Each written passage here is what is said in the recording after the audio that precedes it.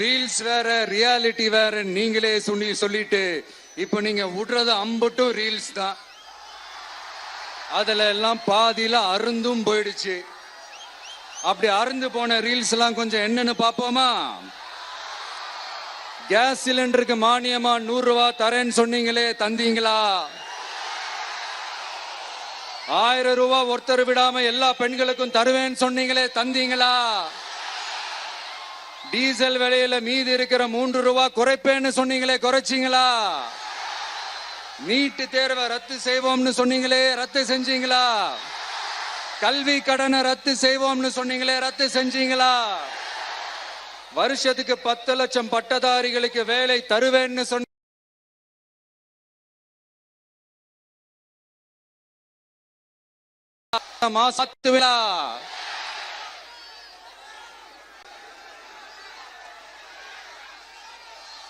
மீனவர்களை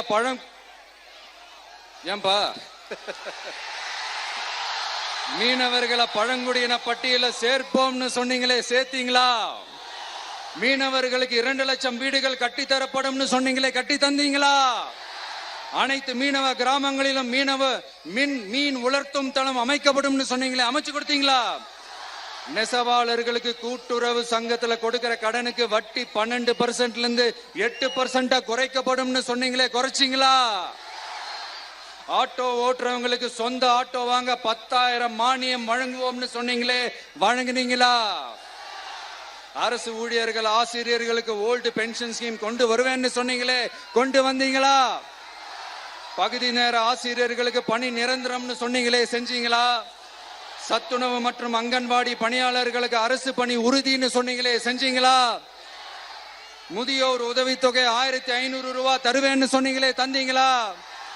தமிழகத்தில் இருக்கும் வேலை வாய்ப்புகள்ல 75% தமிழர்களுக்கு என்று சொன்னீங்களே, தந்தீங்களா? 3 லட்சத்தும் மேல் இருக்கிற காலி பணியிடங்கள் நிரப்பப்படும் சொன்னீங்களே, நிரப்புனீங்களா? தூய்மை பணியாளர்கள் பணி ஊதியம் ஓய்வூதியம் போன்ற கோரிக்கைகள் நிறைவேற்றப்படும் சொன்னீங்களே, நிறைவேற்றினீங்களா? மக்கள் நல பணியாளர்களாக 25,000 பெண்கள் நியமிக்கப்படுவார்கள் சொன்னீங்களே, நியமிச்சீங்களா? ரேஷன் கடையில மீண்டும் உளுந்து வழங்கப்படும் சொன்னீங்களே, கொடுத்தீங்களா? அனைத்து அரசு வேலை வாய்ப்புகளிலும் பெண்களுக்கு 40% முன்னுரிமை வழங்கப்படும் சொன்னீங்களே, கொடுத்தீங்களா? லைக், ஷேர் அண்ட் சப்ஸ்கிரைப் பண்ணுங்க.